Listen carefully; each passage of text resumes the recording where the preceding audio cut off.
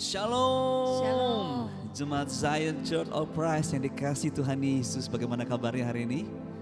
Yes, tentu luar biasa, sebab Tuhan kita adalah luar biasa, amin. Saya percaya bahwa setiap kita di sini adalah orang-orang yang siap untuk memuji menyembah Tuhan. Di acara I Start With Jesus, di mana kita akan selalu datang menyembah Tuhan. Kita akan memulai di dalam penyembahan kita, pujian kita. Bahkan firman Tuhan akan disampaikan oleh Pastor Romi Matulesi, akan menguatkan kita dan menuntun kita untuk melewati hari-hari yang akan kita jalani. Bapak Ibu Saudara sekalian juga boleh mempersiapkan perangkat perjamuan kudus berupa tubuh dan darah Yesus, minyak urapan, dan begitu juga dengan catatan kecil untuk bisa mencatat hal-hal yang penting yang disampaikan oleh Pastor Romi Matulesi. Mari Bapak Ibu Saudara sekalian, mari kita bawa hati kita, mari kita akan bersatu di dalam doa. Terima kasih Tuhan Yesus, sungguh kami bersyukur buat segala kebaikan-Mu, segala kasih setiamu yang Tuhan tidak pernah habis dalam hidup kami. Betapa kami bersyukur pada pagi hari ini Tuhan, kami menyenangkan hati-Mu melalui pujian penyembahan kami. Bahkan pada waktu kami mendengarkan firman Tuhan, kami percaya Kau akan berbicara pada setiap kami Tuhan. Biar Engkau yang menuntun kami dan memimpin kami sehingga hari akan kami lewati. Dia percaya bahwa hari-hari yang penuh dengan sukacita dan kemenangan daripada-Mu. Terima kasih Bapa, Kau mengurapi acara ini dari awal pertengahan hingga akhir di dalam nama Yesus yang siap untuk menyenangkan hati Tuhan melalui pujian penyembahan. Mari sama-sama kita berkata, amin, haleluya, haleluya. Firman Tuhan dikatakan dalam Mazmur 28 ayat 7 dikatakan, Tuhan adalah kekuatanku dan perisaiku. Kepadanya lah hatiku percaya. Aku tertolong sebab itu beria-ria hatiku. Dan dengan nyanyianku aku bersyukur kepadanya. Tuhanlah akan menjadi kekuatan kita dan perisai kita. Oleh karena itu mari naikkan syukurmu kepada Tuhan. Bawa segenap pujian penyembahanmu dalam hadiratnya. Oh, kekuatanku hanya di dalam-Mu Tuhan. Segenap hatiku menyembah-Mu Tuhan.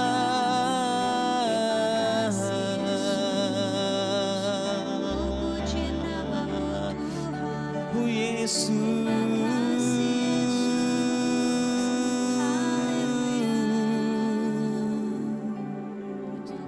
Mari sama-sama kita katakan, Tuhan adalah kekuatan. Tuhan adalah kekuatanku.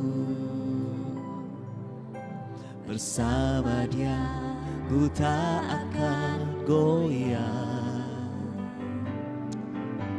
Ku kan terbang tinggi bagai Raja Wali, melakukan perbuatan yang besar.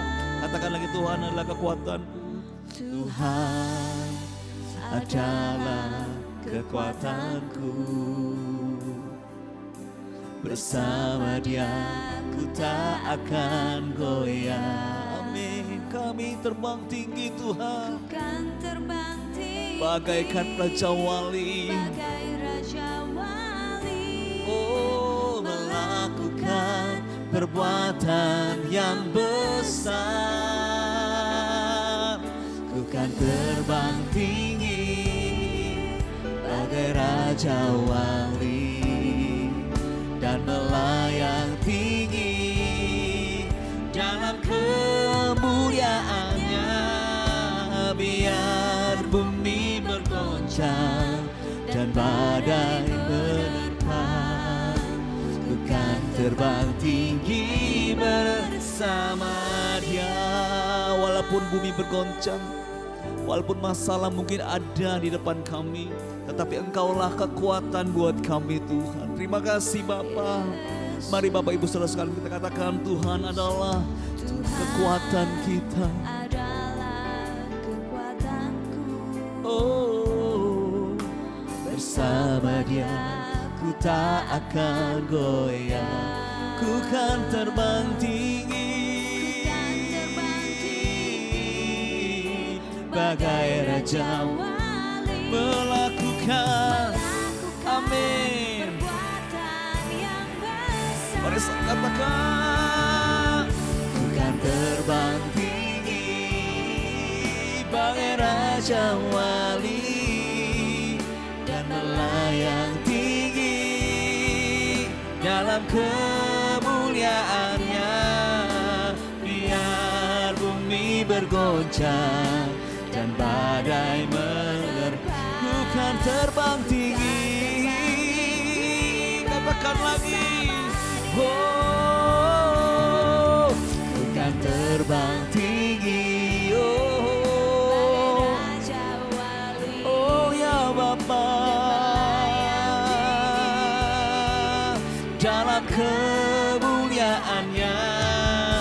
Biar bumi bergoncang dan badai menerpa, ku kan terbang tinggi. Mari lebih lagi. Haleluya. Kan terbang tinggi, oh, bagai raja wali dan melayang tinggi dalam kemuliaannya.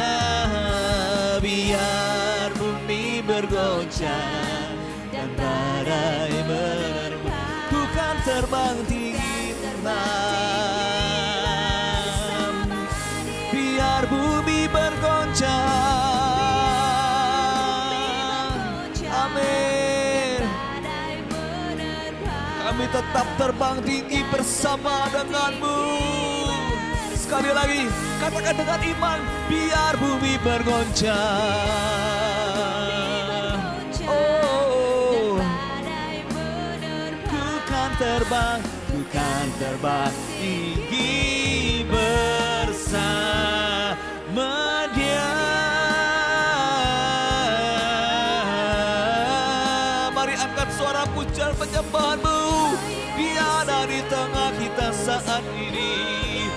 Beri kekuatanmu, Yesus. Oh, Kaulah kekuatanku, Kau tampilku, perisai hidupku. Hanya Kau Tuhan, hanya Kau Yesus. Kaulah pujian kami Tuhan. Oh,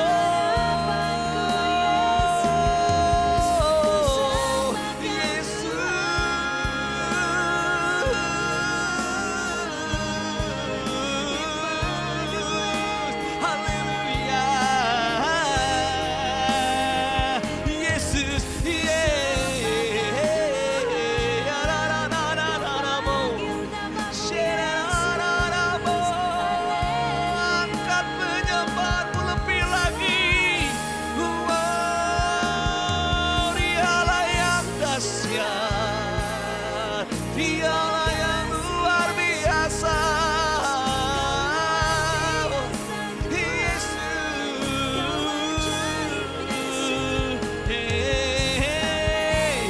Yesusku. Haleluya.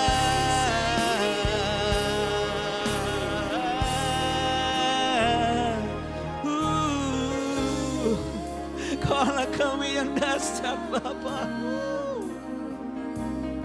sebab Kau Allah kami, Tuhan yang besar, lebih besar dari segala masalah kami, tantangan kami. Ya Kau Tuhan. Mari Bapak Ibu Saudara sekalian, katakan dengan iman, Tuhan Dia lebih besar daripada setiap masalahmu. Dia lebih dahsyat, yang selalu menjadi kekuatan buat kita melewati masalah tantangan. Dia hadir di tengah kita saat ini. Haleluya.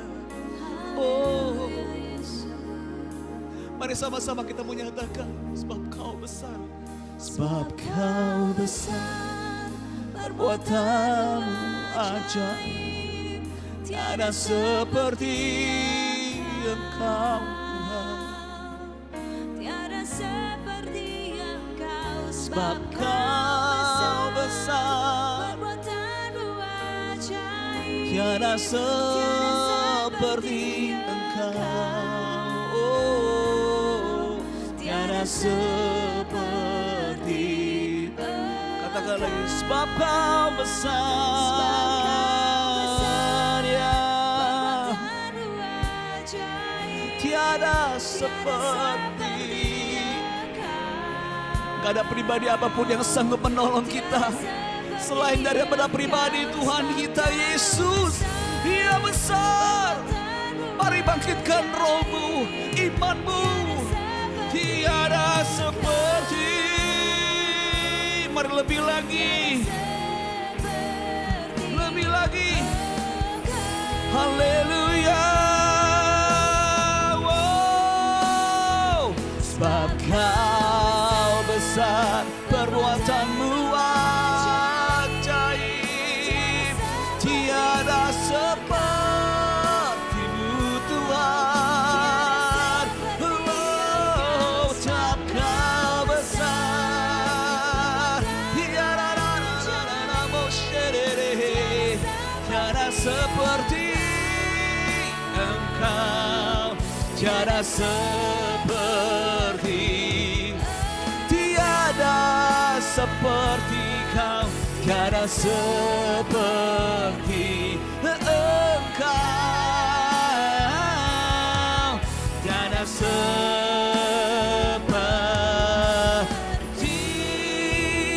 Engkau. Beri sorak-sorai buat Tuhan kita, sebab tiada seperti Dia. Oh, beri pujianmu. Oh, Yesus.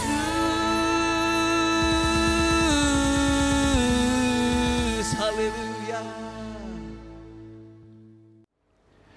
Puji nama Tuhan, selamat pagi, selamat berjumpa kembali di dalam program I Start with Jesus. Saya Pastor Romi Matulesi, senang bisa menjumpai saudara di pagi hari ini. Dan tentunya hari ini adalah hari yang baik, di mana setiap kita sebelum beraktivitas, sebelum memulai segala kegiatan kita mau terlebih dahulu mendengarkan kebenaran firman Tuhan. Dan saya percaya dalam pujian penyembahan yang tadi kita sudah ikuti, itu menjadi suatu berkat yang luar biasa buat setiap kita. Nah saudara, sebelum kita masuk dalam kebenaran firman Tuhan, mari terlebih dahulu kita mau satu di dalam doa. Bapa, dalam nama Tuhan Yesus, aku memberkati setiap anak-anak Tuhan yang mengikuti ibadah I Start with Jesus, dimanapun mereka berada, baik mereka yang ada di kendaraan, ada di jalan, ada di rumah, ataupun mereka yang ada di dalam negeri, ataupun yang ada di luar negeri, dimanapun mereka berada, atau mereka yang mengikuti secara langsung ataupun secara riran, semuanya dijumpai, semuanya diberkati Tuhan. Dan kami percaya sebentar firman-Mu akan mengubahkan kami, memberkati kami, membawa kami untuk melangkah lebih maju lagi dari hidup kami yang sebelumnya. Roh Kudus pimpin ibadah ini dari awal pertengahan sampai dengan selesai, berbicara bagi setiap kami melalui firman Tuhan. Sederhanakan segala sesuatunya dan kami semua terberkati dengan kebenaran firman Tuhan ini. Dalam nama Tuhan Yesus Kristus, haleluya. Amin.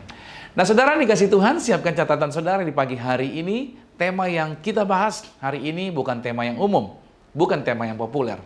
Tapi saudara tahu bahwa ini merupakan bagian yang akan merubah kehidupan saudara dan membuat Anda menjadi orang-orang yang dewasa di dalam Tuhan. Judul hari ini adalah tentang mengejar kekudusan. Ya, saudara boleh tulis mengejar kekudusan. Terambil dari Ibrani pasal 12 ayat yang ke-14.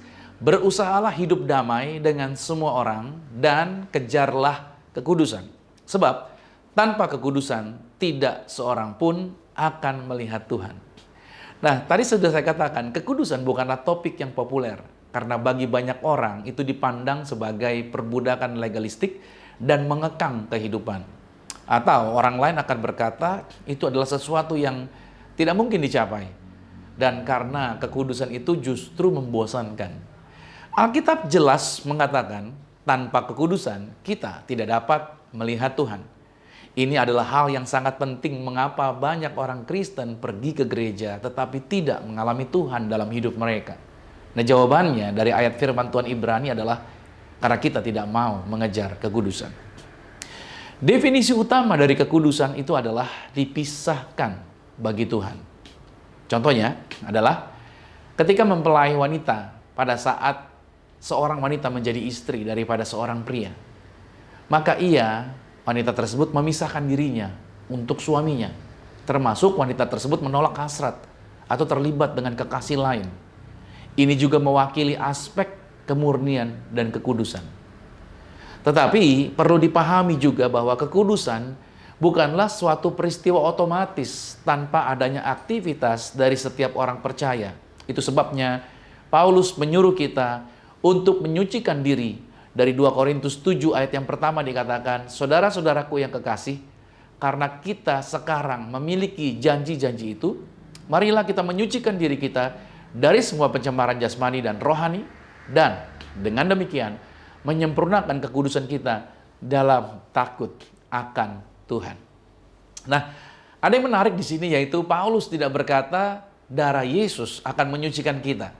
Tetapi Paulus berkata, marilah kita menyucikan diri kita. Izinkan saya menjelaskan tentang hal ini. Darah Yesus memang menyucikan kita dari segala dosa. Namun kita menjadi bingung ketika kita mencampur adukan yang namanya karya pembenaran dan karya pengudusan. Saudara, pada saat kita bertobat dan kita menerima Yesus Kristus sebagai Tuhan kita, maka ini yang menjadi pencatatan kita. Dosa-dosa kita diampuni dan kita dibasuh bersih sepenuhnya. Tuhan telah mengubur dosa-dosa kita di lautan kelupaan. Tuhan tidak mengingat dosa-dosa kita. Karya ini sudah selesai dan sempurna serta tidak dapat ditingkatkan lagi. Kita tidak melakukan apapun yang membuat layak untuk mendapatkan kenyataan yang menakjubkan ini. Nah, inilah yang saya sebut dengan karya pembenaran atau justification. Nah, tetapi setelah kita menerima karya pembenaran, maka yang terjadi selanjutnya adalah karya pengudusan atau disebut dengan sanctification. Itu mulai terjadi dalam kehidupan kita. Nah, inilah saatnya apa yang dikerjakan di dalam kita itu akan mulai tampak ke permukaan. Sifat-sifat baru kita itu mulai menjadi kenyataan. Kenyataan lahiriah, yaitu dalam cara kita hidup. Orang-orang yang berinteraksi dengan kita akan mulai melihat perbedaan Anda yang lama dan Anda yang sekarang di dalam Yesus.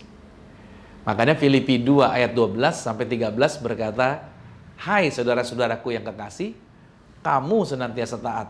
Karena itu, tetaplah kerjakan keselamatanmu dengan takut dan gentar, bukan saja seperti waktu aku masih hadir, tetapi terlebih pula sekarang waktu aku tidak hadir." Ayat 13-nya, "Karena Tuhanlah yang mengerjakan di dalam kamu, baik kemauan maupun pekerjaan menurut kerelaannya Tuhan."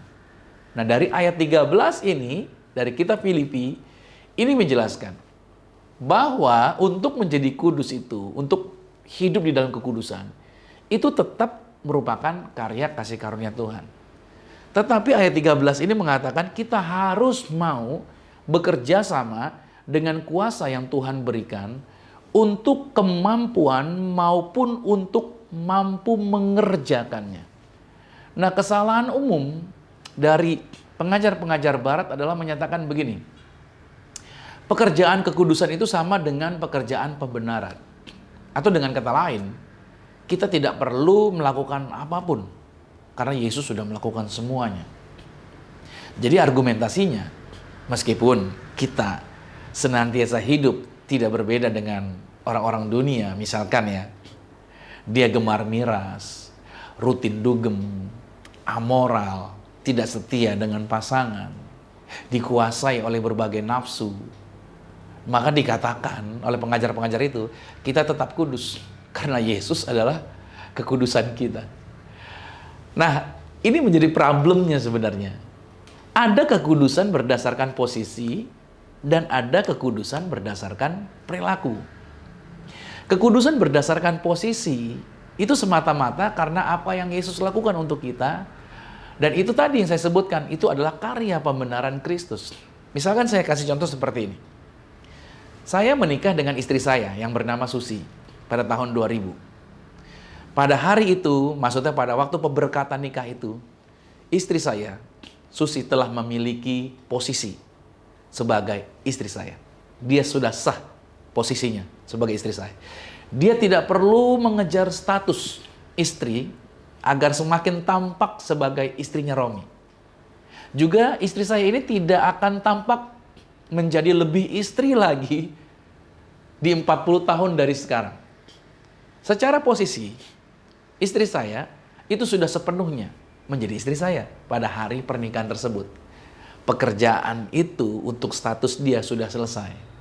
Nah, demikian pula kita di dalam Kristus telah memiliki posisi sebagai orang benar dan bersih pada hari keselamatan kita. Jadi kita tidak akan pernah lagi menjadi lebih kudus lagi. Kita sudah disebut orang kudusnya Tuhan. Nah, kembali lagi pada contoh istri saya. Nah, pada saat Susi menjadi istri saya, apa yang terjadi? Ketika dia sudah jadi istri saya, maka perilaku istri saya mulai selaras dengan statusnya atau posisinya.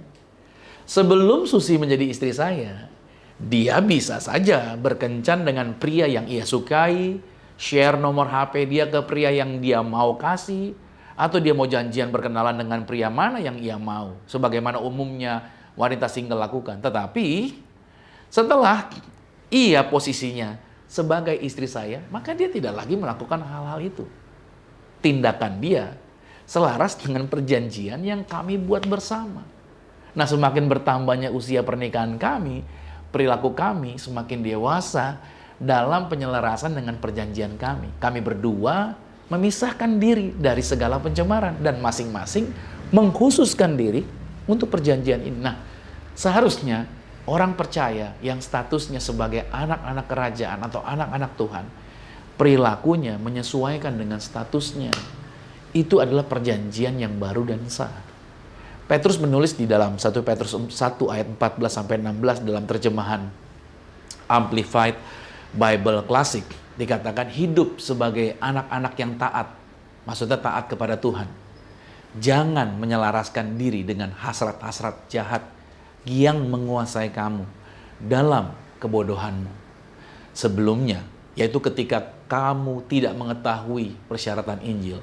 Tetapi sebagaimana Dia memanggil kamu adalah kudus, demikian juga kau sendiri harus kudus dalam segala tingkah laku dan cara hidupmu. Karena ada tertulis, kuduslah engkau karena aku kudus. Petrus tidak berbicara kekudusan berdasarkan posisi kita. Namun Petrus berbicara tentang kekudusan berdasarkan perilaku kita. Inilah yang disebut dengan proses pengudusan. Bukan dibenarkan secara gratis sebagai karunia berdasarkan posisi. Nah, mengapa mengejar kekudusan itu menjadi penting? Yang pertama, saudara, agar hikmat kita tidak menjadi tumpul. Catat baik. Kenapa kita perlu hidup dalam kekudusan? Banyak orang saya jumpai ngambil keputusan salah. Punya teman bergaul keliru. Kenapa? Bukan karena dia bodoh. Persoalannya sederhana. Karena hikmatnya tumpul. Kenapa hikmatnya tumpul? Karena dia tidak mengejar kekudusan. Jadi saudara yang dikasih Tuhan. Ketika engkau bangun hidupmu di dalam kekudusan, bisnismu, proyekmu akan diberkati. Engkau akan bangun relasi dengan orang yang tepat. Engkau akan punya keputusan yang bijak. Tidak salah dalam mengambil keputusan. Tidak terburu-buru. Orang-orang yang mengejar kekudusan, dia memiliki hikmat. Dan hikmatnya tidak menjadi tumpul. Yang kedua, orang yang mengejar kekudusan, dikatakan agar berkat yang Tuhan sediakan itu tidak dapat dicuri oleh si jahat. Seringkali banyak orang Kristen, kenapa kok saya gak diberkati? Oh, Tuhan marah sama saya. Bukan Tuhan marah. Tuhan memberkati Anda tiap hari. Persoalannya, ketika kita tidak mengejar untuk hidup berkomitmen di dalam kekudusan, pintu kita terbuka sehingga serangan musuh bisa masuk dan mengambil apa yang Tuhan telah sediakan bagi hidup kita. So please, kalau engkau tidak ingin berkatmu diambil, mari kejar kekudusan. Bukan Tuhan yang ambil berkatnya, tapi si iblis jadi punya celah untuk mengambil. Dan yang ketiga, kenapa kita mengejar kekudusan? Agar kita tetap kuat pada saat ada dalam pergumulan. Berapa banyak orang Kristen yang mulai mundur dari Tuhan ketika ada masalah terjadi, ketika problem terjadi, ketika pergumulan terjadi. Aduh, berat ya, capek ya jadi orang Kristen, capek ya ikut Tuhan dan lain sebagainya. Persoalannya kenapa? Karena kita nggak mengejar kekudusan. Jadi penting nggak sih? Penting sekali. Saya mengajarkan ini buat saudara pagi hari ini sebelum kita beraktivitas. Ayo komitmen kembali. Kau mau setia dengan pasanganmu. Kau jaga masa mudamu. Kau jaga tanganmu dari hal yang tidak baik. Kau kejar kekudusan. Maka kehidupan akan mengalami perubahan dan kemajuan besar akan terjadi bagi kehidupan saudara. Dan saya percaya langkah Anda jadi berbeda, dan orang yang berjumpa dengan saudara akan melihat bahwa gaya hidup, sifat-sifat saudara sudah menjadi berbeda dari yang dulunya, karena Anda orang yang mengejar kekudusan. Nah, kita akan masuk dalam sakramen tubuh dan darah Tuhan Yesus Kristus. Siapkan roti dan anggur di tempat saudara. Kita akan masuk dalam sakramen tubuh dan darah Tuhan Yesus Kristus. Mari kita lepaskan rotinya terlebih dahulu.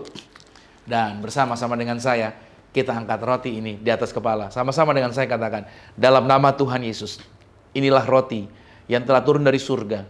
Inilah tubuh Tuhan Yesus Kristus. Tubuh yang tergantung di atas kayu salib, yang memberikan kami bersama dengan keluarga kehidupannya kekal di dalam kerajaan sorga. Oleh korban tubuh Kristus, mulai hari ini kami bersama keluarga dijaminkan menang atas segala virus, menang atas segala penyakit, tidak terkapar di meja operasi. Bahkan kami menolak virus monkeypox tidak berkuasa atas kami bersama dengan keluarga.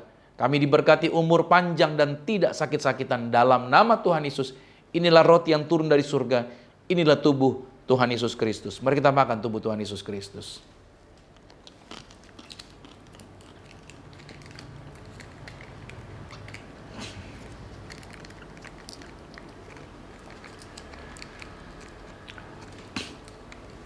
Mari kita bersama-sama angkat anggur ini di atas kepala. Mari dengan iman sama-sama saya katakan, dalam nama Tuhan Yesus, inilah darah Yesus Kristus, darah yang tercurah, darah yang tertumpah di atas kayu salib sebagai perjanjian yang baru dan yang kekal. Oleh korban darah Yesus, maka mulai saat ini kami warga sorga dijagai pasukan malaikat. Dimanapun kami berada melangkah, tidak celaka, tidak bahaya, bebas dari maut. Kami diberkati, hidup di bumi sama seperti di surga. Kami punya iman, apa yang kami pegang, apa yang kami usahakan di dalam karir, bisnis, proyek, usaha, studi, pelayanan kami diberkati lipat kali ganda dari berkat tertinggi yang pernah kami raih. Dalam nama Tuhan Yesus, inilah darah Yesus Kristus. Mari kita minum darah Tuhan Yesus Kristus.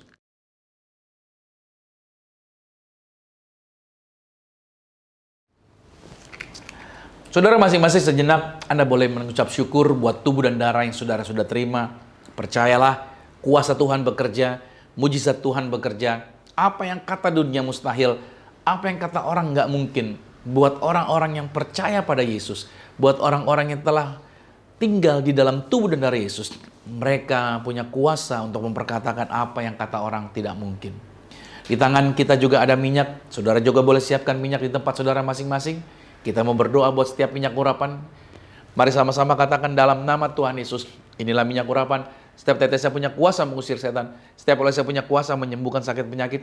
Silakan pasukan malaikat hadir, jagai kami, proteksi kami, pagari kami. Dalam nama Tuhan Yesus Kristus, inilah minyak urapan. Di tempat saudara, Anda boleh teteskan di atas kepala saudara masing-masing. Saudara boleh juga tumpang tangan buat pasangan saudara, buat anak-anak saudara, atau buat tempat proyek Anda. Anda sedang ada di proyek, Anda boleh urapi proyek Anda. Atau tempat bisnis Anda, kantor Anda.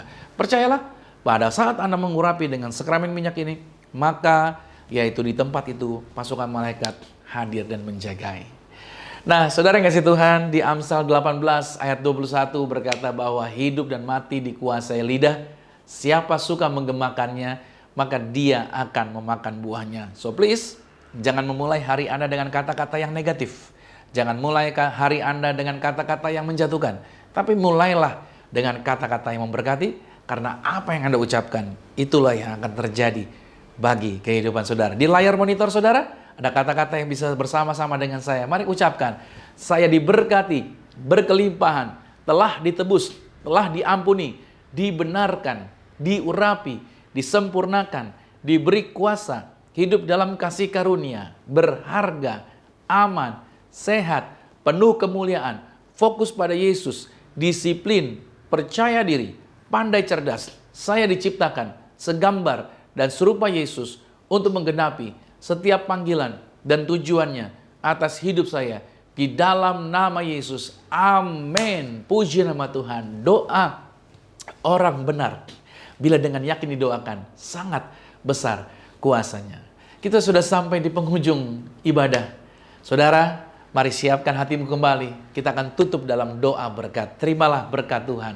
Kami bersyukur Tuhan, biar setiap anak-anak Tuhan yang hadir di dalam ibadah I Start With Jesus, semuanya diberkati, semuanya mengalami lawatan, semuanya mengalami mujizat Tuhan.